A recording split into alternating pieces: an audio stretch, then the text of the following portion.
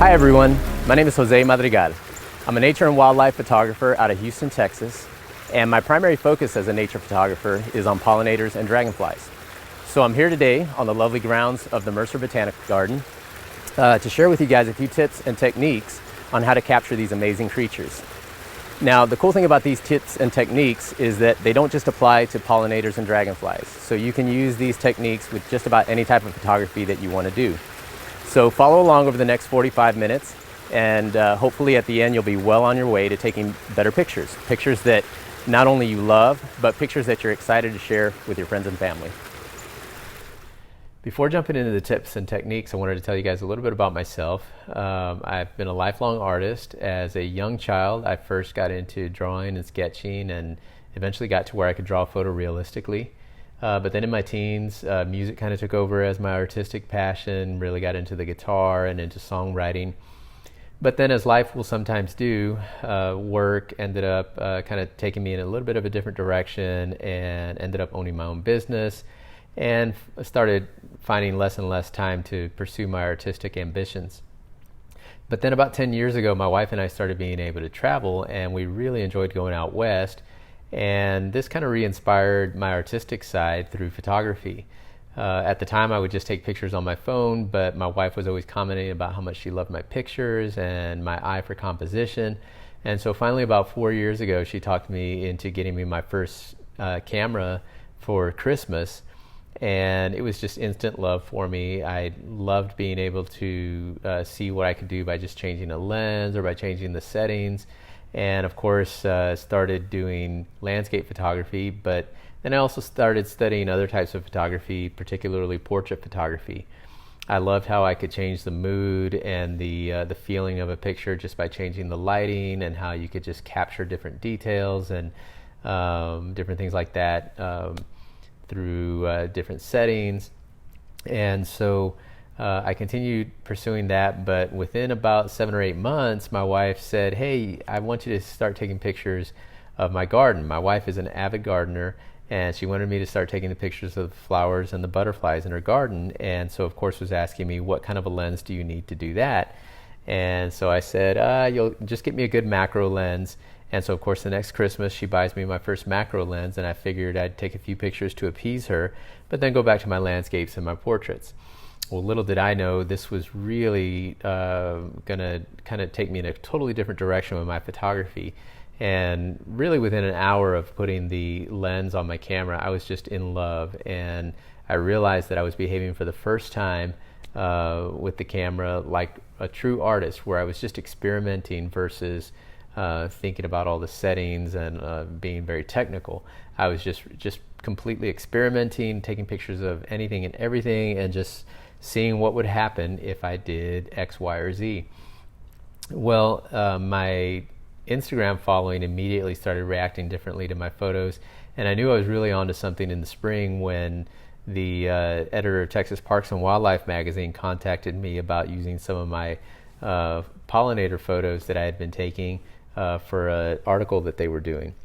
Well, I ended up getting published, and I've had several other photos published since then. I've been published also on the front cover of a Dutch beekeepers magazine. But I think my greatest success, I would say, with selling my photos is through some different festivals and galleries where I've been able to sell some prints, large prints on canvas and metal. It's just always exciting for me to see the way that people react to seeing some of these creatures and some of these flowers up close and with all the intricate details. And so that's really where I get excited about showing my work and sharing my work. Okay, so now that you guys have learned a little bit about me and my background, let's get into some of these tips.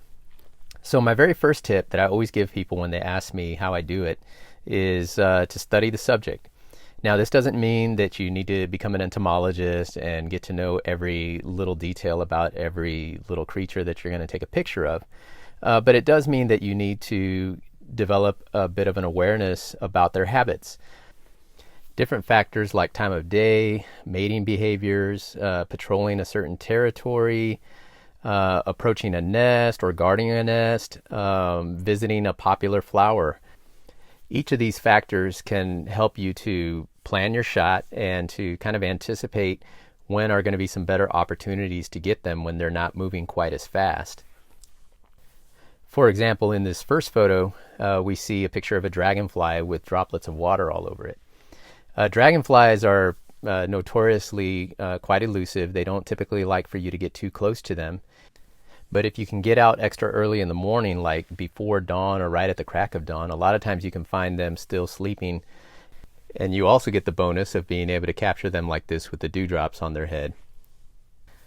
Another great opportunity to capture them, particularly in flight, is when they're trying to mate with a female. If you watch the males, when they zone in on a female, they'll typically stop and hover for a second. This is true both of dragonflies and of bees, and it's also true of butterflies, as in this next shot here. You can see this butterfly that I got this frontal shot looking like it's flying towards the camera was actually behind a female who was feeding on a flower, and he was trying to entice her to mate, and so he was just fluttering behind her, bouncing up and down, and I was able to position myself into a good spot to line up the shot, and was able to focus in and click and get this moment. Patrolling a particular territory is another great opportunity. Males are very territorial. Even with the quote-unquote prettier pollinators like butterflies and even hummingbirds, extremely territorial. But if you watch them, you can find some really great opportunities to capture them in flight when they're moving a little bit more slowly and watching for any other males to come into that territory.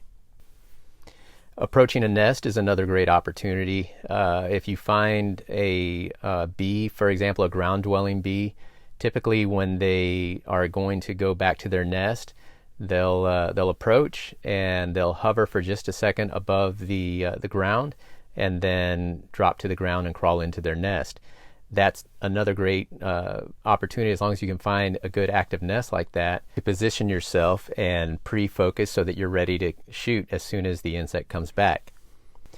The other situation, and probably my favorite, is when they're visiting a popular flower or a set of flowers, because obviously you can create a really nice composition with the insect and the flowers.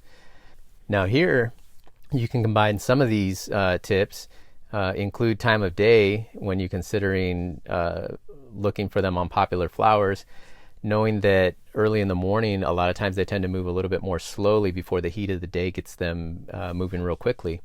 And so you can capture them a little bit easier first thing in the morning. Another thing that I've noticed is that it seems they collect a lot more pollen early in the morning. And when they're collecting pollen, they also tend to not just spend a little bit more time on the flower, but then a lot of times as well, they'll pop up off of the flower and hover above it or right next to it for a few seconds to clean off some of the pollen that they've collected. They'll brush it down into their pollen sacs or just clean it off of their face and then go back onto the flower. And a lot of times they'll repeat this 2 or 3 times, so you can get several opportunities to capture them like that, either hovering right next to the flower or tumbling around in the flower, getting itself all covered in pollen. So a lot of really great opportunities happen like that.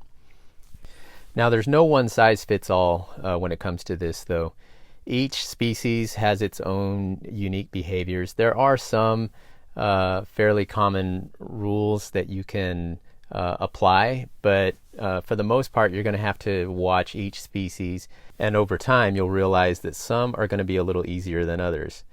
Some species don't like for you to get even within 6 feet of them, and then there's others that really don't seem to mind you being around them at all. And so if you really want to be able to capture some shots early on and have fun with it, I would recommend focusing on some of those species that allow you to get a little bit closer and practice with those and get a little bit better, improve your timing, improve your speed and your skills. And as you get a little bit better, then you can start going for some of the more challenging or more elusive species.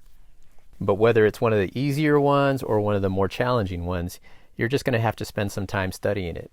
Some of them you'll be able to pick up on the habits within just a few minutes and very quickly be able to plan a shot and land a shot. But some, I've got one species that I finally captured an up close macro shot this year, the Halloween pennant dragonfly. This was one that for 2 seasons I had been trying to get up close to, and it would not let me get within 6 feet of it. What I tried this year was getting down onto my knees and crawling towards it very slowly, an inch at a time, and that finally worked. I was approaching from a little bit of a lower angle. It was up on a tall grass, maybe up about 3 feet high, and approaching at that angle that was at or slightly below it seemed to be less intimidating for it. So it allowed me to approach, whereas in previous seasons, I had never been able to get anywhere near that close. So I was absolutely thrilled. Here's that close-up shot there. You can see it. And it just was really exciting to finally, after a couple of seasons, figure out a strategy that allowed me to get it. And that's what it's all about, studying the subject, learning some strategies for approaching, and also for finding opportunities where you're going to be better able to capture them, whether they're on a flower, sleeping on a twig, or flying through the air. My next tip after studying the subject is to study the scene.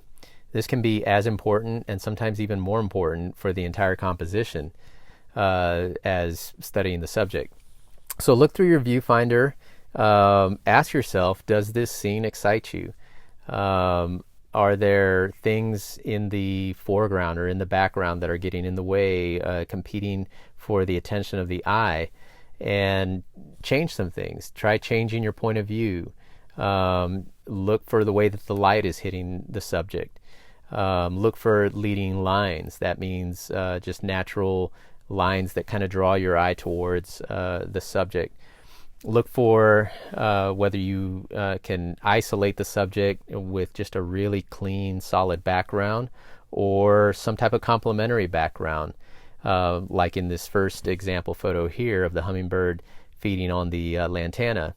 I positioned myself to where the purple sage was in the background, or purple salvia probably there in the background, and I was able to create a really pretty composition there, not only with the colors, but also with what's in focus and then what's a little bit out of focus. And so it just creates a really nice, complete composition. This is also a good example of one of the rules of composition, which is the rule of thirds, which means that if you put the subject in a certain 1/3 of the scene, if you were to divide the scene into a grid of 9 squares, then put the subject in one of those thirds, it tends to be a lot more pleasing to the eye to look at, and it kind of tends to draw your eye in that direction. And so you don't have to do this every time. You know, I'm a big believer that rules are made to be broken, and ultimately you should compose a picture in a way that is pleasing to you and is exciting to you. But if you're not loving the pictures that you're getting, or you're not getting the kind of response that you wish that you were getting to your photos, try changing some of these things up, and see if you're not a little bit happier with your photos, and see if, you know, the responses from people isn't a little bit more positive. And this photo here is also a really great example of combining tip number 1 with tip number 2, where studying the subject, I knew that the hummingbird was going to come back to this flower, and it kept me from wanting to chase the hummingbird around to different places where it might not have been as pretty of a scene. I was able to just position myself and wait for that right moment when the hummingbird was going to come back to this flower and be lined up and ready. I was able to pre-focus on the flower so that as soon as the subject came in, it was much easier to get focus on the hummingbird and get that shot right at that right moment and in the right focus. This next shot of a honeybee feeding on borage, actually captured at the Mercer Botanic Garden. is a really great example also of where you're combining natural light with artificial light. I was using diffused flash on my camera, but I positioned myself in such a way to where the sun was creating a natural backlight. And you can see that in the edges of the flower and in the edges of the wings of the bee and on its belly a little bit. You can see what's called a rim light, which is when something is backlit and it just seems to have this glow around it. And that can really create a really nice effect that makes for a really nice complementary composition. This next shot here of a giant swallowtail butterfly is another good example of the rule of thirds, putting the butterfly in the upper right third of the shot. Just really kind of draws your eye straight to it, but then compose it with these pretty pink flowers around it, some that are in good focus and some that are fading off into the back. Now this next photo is a damselfly perched on top of a flower, and you can see in the background, you can make out that there's colors, but you can't really quite tell that exactly what that is. And those are flowers and stems of flowers, but sometimes you don't want the background to be quite as obvious. You just want to create some nice pretty color swirls. And the way that you do that is by reducing your depth of field. You can reduce the depth of field through a couple of different ways. I'll get a little bit more into that later when I get into the technical settings of the camera. But really it ultimately comes down to either increasing your aperture, opening up the lens wider, or creating more distance between the subject and the background. And so there's a couple of different ways to do that to get that nice blurry, what's called bokeh in the background. And it can really make for a pretty complementary background. Having those pinks and reds back in there is a nice complement to the flower that the damselfly is sitting on. Another great thing that you can do by studying the scene is to plan a really cool series or sequence of shots. These next three shots here are all bluebonnets, but each one is a different color. And when I noticed that they came in these different shades, which with Texas bluebonnets they come in, I believe, 7 different shades, but I was able to find at least 3 or 4 in this area here at the Mercer Botanic Garden last year. I found that some were a little more red, some were a little paler, almost white, and some were blue. And so I wanted to create a series of shots of the bees on the bluebonnets that I felt would be, a very Texas themed with the red, white, and blue, and of course patriotic as well to the USA. And then also, very pretty. Seeing a bee hovering right next to a bluebonnet, it to me makes a very pretty composition. And so I intentionally found a really good deep red one, and one that was a little bit isolated, so that I was able to create this shot here on the red, and then the same thing on a white one, and the same thing on a blue one. And I actually got multiple shots of the bees on each one of them, and that's another thing that you'll want to do, is to get as many shots as you can, especially if you're trying to create a certain moment or a certain series like this. Get as many shots as you can, and then later go back through and find the ones that go best together, or that are just most pleasing to your eye. I managed to get on the red and the blue, on all of them, but I picked the one that was on the red and on the blue where the bee were in a very similar position and pose. The wings were in a very similar position, but on opposite sides of the flower, and then on the white one where it was facing the flower. So it just kind of created a sense of movement through the series as well, where it started on one side, came around to the middle, and then around to the other side. So there's a lot of different things that you can do creatively when you pay attention to the scene, that will help you to end up with a photo or a series of photos that you're really proud of and that you would love to put on your wall. Okay, so I talked to you guys about the first 2 principles, which are to study the subject and to study the scene. And so this is a really great example right here on these passion flowers where you can utilize both principles. If you watch for a few moments, you can see a lot of different bees. There's a carpenter bee and tons of honeybees all over these. And so you're gonna get a lot of opportunities to capture a lot of subjects. With a popular flower like this, you're gonna have moments where they hover right next to it, so you can capture them in flight a little bit easier.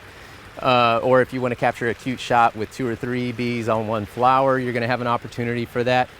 But then also in studying the scene, you can see that there's a lot of flowers, but there's also a lot of leaves. And you don't necessarily wanna make the focus on the leaves, you wanna make the focus on the flowers. So adjusting your viewing angle, squatting down a little bit, making sure that there's other flowers in the background or even in the foreground can make a difference on the whole composition. So let me show you a little bit about how I do that. So I'll first look at the scene through the camera, and if I'm not happy here, then I'll adjust my angle. I'll come in a little bit closer, particularly if I've got my macro lens on. Maybe get down a little bit lower, but just play around with the angle and find something that you think is exciting. Find something that's interesting to you and that you think really shows off the subject and doesn't pull your eye away from it, but does embellish it.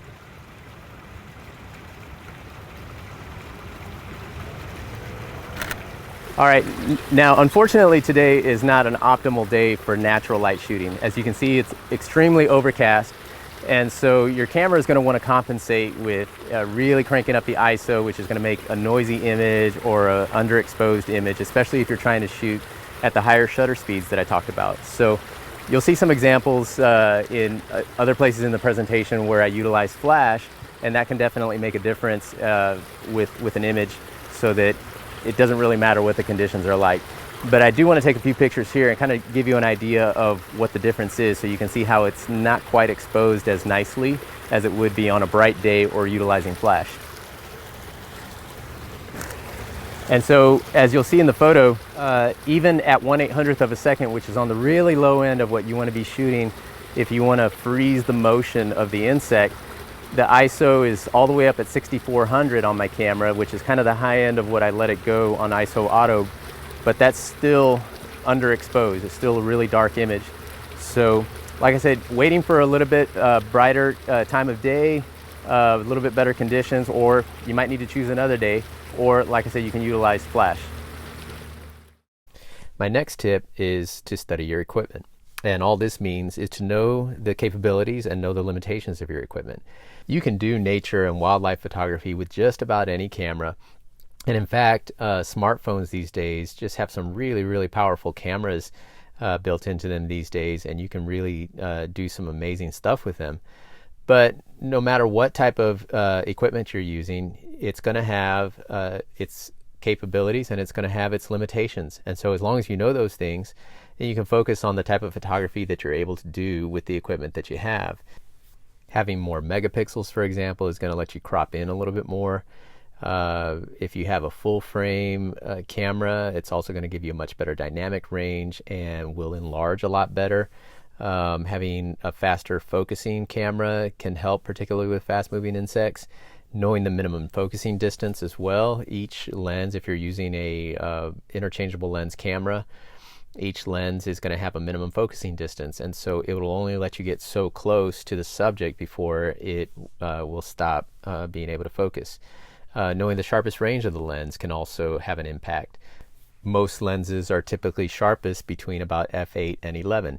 And so just knowing some of these things and what the capabilities are of the equipment that you have is going to help save you some frustration and allow you to focus on the things that you can do with your existing equipment and have as much fun as possible, which is the most important thing.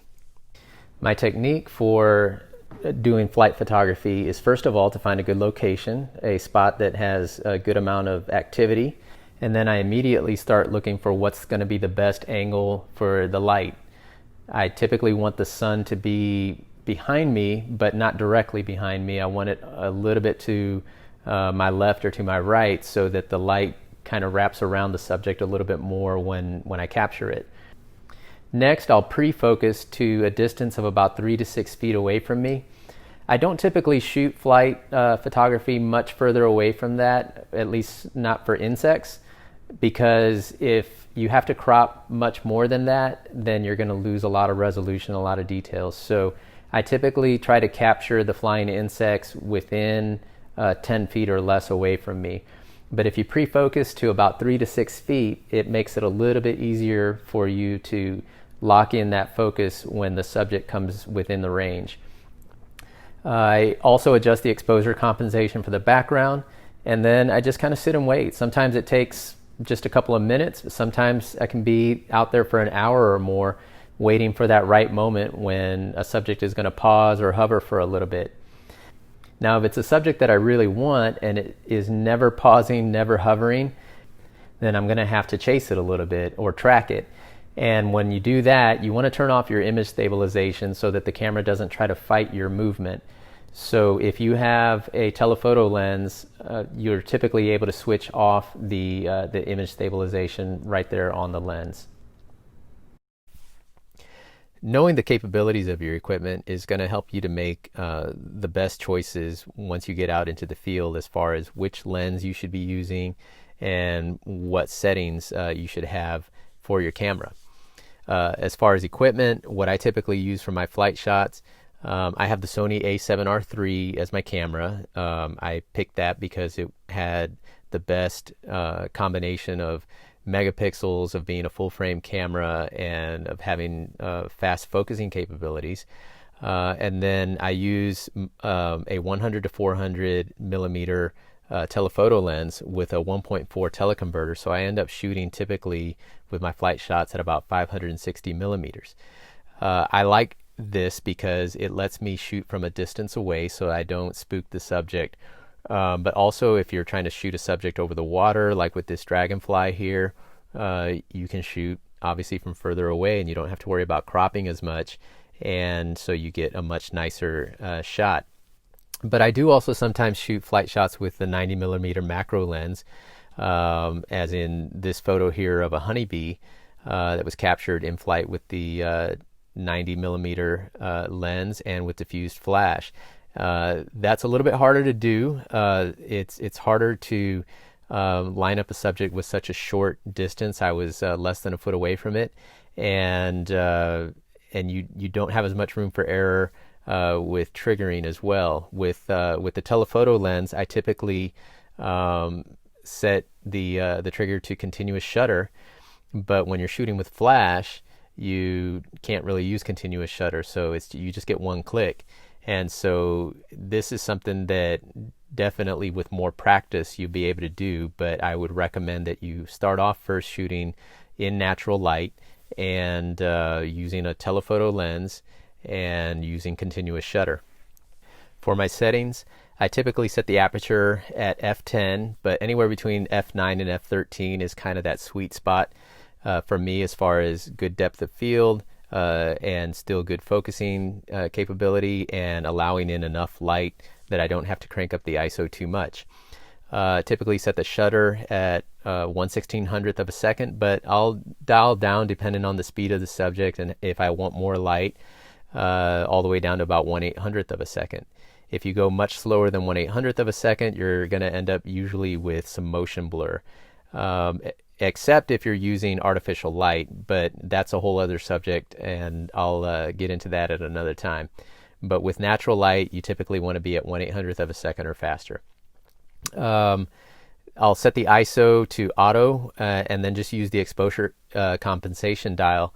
I'll adjust that up or down so that I make sure that the ISO is being set to have the subject in proper exposure rather than the background. If the background is really bright and your subject is in a little bit of shadow, you'll want to dial it up a little bit so that the subject is brighter and better exposed. Whereas obviously if your background is really dark, the camera might end up setting the exposure based off of that, and your subject will be overexposed. So use that exposure compensation dial to help you get the exposure just right for the subject. I use selective spot autofocus. I typically will use a really small spot so that the camera knows exactly what to focus on. If you use a wide spot or just the general autofocus, it'll pick just any random thing that it thinks is the best subject for you. But if you want to tell the camera what you are trying to focus on, you've got to use that selective spot, and that's hard because it's almost like trying to balance a pencil on the end of your finger to get a moving subject in that tiny little spot. But it's really precise. It focuses really fast when you can do that, and allows you to nail the subject. Okay, so moving on to my setup for close-up macro photography. Once again, I'm using my Sony a7R III, and typically I have the 90mm macro lens on there, and I also use a Nissi close-up lens kit attached to the end, which increases the magnification. Also for light, I use the Godox V862 flash, and then I diffuse that light with the AK diffuser. As I talked about earlier, I really like the a7R III because of the number of megapixels it allows me to really crop in. Typically when you're photographing these small insects, even with a macro lens and even with additional magnification, you're still going to need to crop if you want to do something like this photo here, close-up of the eyes. I'm typically using my 90mm macro lens as well. It's probably the most versatile macro lens in my setup. But I also have a 50mm macro lens, which I like the look of a lot, but again, it's not quite as versatile. It's a little bit slower focusing, but you can see on this photo here, it allows you to capture a wider angle. And as is also typical with wider angle lenses, it exaggerates the features that are closer to the lens, so they appear to be larger. Now, depending on how much magnification you want, you may want to invest in an additional close-up lens kit like what Nissi makes. That's what I use. The cool thing about this Nissi close-up lens kit is that it not only increases the magnification on your existing macro lens, but it can also be used on a telephoto lens to turn it into a macro lens. At the right focal length, it will give you a one-to-one macro image. So it's a really versatile additional lens. I am also a Nissi reseller, and I have a special deal from them for this event. So be sure and hit me up at the end if you're interested in one of these, and I can help you get that with the special pricing. Now, when you're shooting with macro, you need a lot more light than you do with a typical lens, because macro lenses, the way that they create the magnification is they put the lens a lot further away from the sensor. So that additional distance means that it loses some of the light getting to the sensor. So you typically either need to crank up the ISO or use a flash. Cranking up the ISO is going to add a lot of noise, so most macro photographers, including myself, use a flash. The problem with a flash is that if you don't diffuse the light, you end up with that stereotypical flash look where you have really dark shadows and overly bright hot spots. And so you want to diffuse the light, and the best type of diffuser for macro is a conical diffuser. There's lots of instructions on how to make one of those online. I had my own DIY diffuser that I used for the first couple of years, but recently I acquired the AK diffuser. It's a custom-made diffuser, and the materials that they use just really do a much better job than my DIY diffuser. So it really amplifies the light, so I'm able to keep the power of the flash lower, which allows it to recycle faster, so I can get more shots, and it just also does a much better job of diffusing. The materials really do make a difference.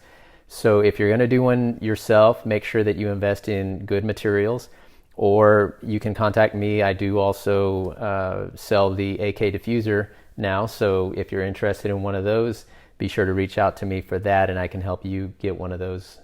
Now, my settings for macro, I'm typically shooting at f10, although I'll adjust anywhere between about f8 and f16, just depending on how much depth of field I'm wanting and how much light I feel I need. I also feel that f10 really gives me the sharpest aperture that I can shoot at while still getting a decent depth of field and good amount of light. For my shutter speed, I'm typically shooting about 1/200th to 1/250th of a second, but I'll go as low as about 1/100th of a second. Again, if the insect is moving pretty quickly, you're going to want to shoot a little bit faster so that you can freeze that movement. If you shoot too slow, you're going to have motion blur. When shooting macro, you also want to keep your ISO pretty low. Noise will hurt the details, and that's one of the things that you most want to see when you're shooting close-up macro work. So try to keep your ISO below 400. I'm typically shooting about ISO 200 to 250. And then I set my flash at 1/16th power. I had to crank that flash up quite a bit more with my do-it-yourself diffuser, but with this AK diffuser that I use now, I'm able to very comfortably shoot at about 1/16th power. For my focusing, I use a blend of selective spot autofocus and manual focus. So as I'm approaching the subject, I'll typically use selective spot so that I can continue moving, approaching. I'll take a quick shot. Sometimes I'm having to do this one-handed if I'm crawling on the ground. So selective spot autofocus really makes it easier to approach. Then once I know that the subject trusts me and isn't going to fly away, then I'll go ahead and switch to manual focus, and that way I can be 100% accurate of exactly what I'm focusing on. With selective spot autofocus, even if you get it right on the head, sometimes it'll be to the back of the head or to the front of the head. But with manual focus, you can make sure that you're right on the front of the eyes and front of the head. My technique for close-up macro involves getting up extra early in the morning. If you can get up early when it's a little bit cooler, a lot of the insects will be resting on a flower or on a blade of grass or on a twig. But even so, you still need to approach really slowly. I have found that if you approach them head on, it's a little bit easier. I think they notice motion better from the side. So if you approach head on, I have found that it's a little bit easier to get close to them. I take shots as I approach. I continually take shots as I get closer and closer so that I at least have a good full body shot if I'm not able to get that extremely close portrait. Now, as I said earlier, once I get up there close, I go ahead and switch to manual focus and really focus in on the eyes, but take a lot more shots than you think you need. Adjust your angle a little bit. Sometimes just a slight difference of a few millimeters to the right or to the left or up above or a little lower can make a huge difference in how compelling an image looks. So take your time, take those shots. If the insect has let you get that close and is fairly relaxed with you taking pictures, then take advantage of that. You also might want to be able to stack images later, which you can do if you have multiple shots at slightly different focusing points. You can stack them later for an image that ends up with a lot more depth of field. But a lot of times, even just with a single shot, I typically shoot with single shots. I don't do a lot of stacking. But with a single shot, you want that shot to be in the exact right sweet spot. And sometimes, like I said, as far as the angle being more compelling, sometimes also a millimeter or two difference forward or back on the eyes can make a huge difference on how the whole composition feels. Now, once you've taken the picture, you may think you're done and you may be completely happy with it. But if you really want to make an image really stand out and just really create a certain feeling, I strongly suggest doing some post-processing. Investing in good software like Lightroom and like Topaz, they have sharpening and denoise apps that I use quite a bit, can really make the difference between an image that is just good and an image that is great. Ansel Adams used to say, you don't take a photograph, you make a photograph. He would spend a lot of time in the darkroom to take the skeleton of the image and just really embellish it into a full, complete image. So don't be afraid of taking that time. You'll be shocked at how much of a difference you can make. And all professional photographers spend at least a little bit of time doing post-processing after the image. Also, with post-processing software, you can get your settings just right for exporting to social media. So if you're wanting to share your images on social media, you want to make sure that the resolution is correct. 1080 pixels wide for Instagram and setting the color space to sRGB for for example, is going to give you the best resolution when you export it and then upload it to Instagram. Instagram will compress your images if you don't export them properly, so you'll lose a lot of the details in the resolution. With the Topaz denoise software, I've got an example here. You can see just how much of a difference it does in terms of removing the noise while bringing back some details. And I use it all the time with my flight photography, with the natural light photography. And then I use the Sharpen app for all of the images where I'm close up and the ISO is already really low, but I just really want to make it pop and stand out. I am also a Topaz affiliate and do also have a special deal for their software. So if you're interested in some of this post-processing software, you can get it standalone or as a plugin for Lightroom or Photoshop. And it just really makes a tremendous difference for helping your images to stand out. So I highly, highly recommend it. Okay, so we've covered quite a bit, and hopefully you guys have gotten a pretty good overview and a good general starting place for improving your photography of the smaller side of nature. But be on the lookout for future workshops where I'll dive in quite a bit deeper into some of the areas that we covered here today in a more general sense. A couple of final thoughts I'll leave you guys with is to create art and have fun.